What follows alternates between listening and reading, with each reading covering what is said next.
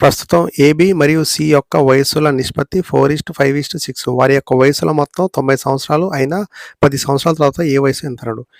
A:B:C. ఏ ఎంత 4, B ఎంత 5, C ఎంత 6. 4:5:6 వయసుల మొత్తం ఎంత 90 సంవత్సరాలు. ఇప్పుడు 4 + 5 + 6 ఎంత 15.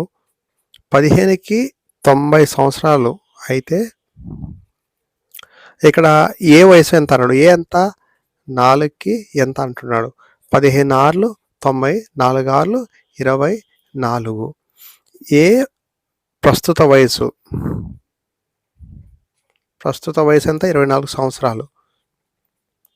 10 సంవత్సరాల తర్వాత అన్నాడు. 10 సంవత్సరాల తర్వాత ఎంత అంటున్నాడు. 24 + 10 ఎంత 34.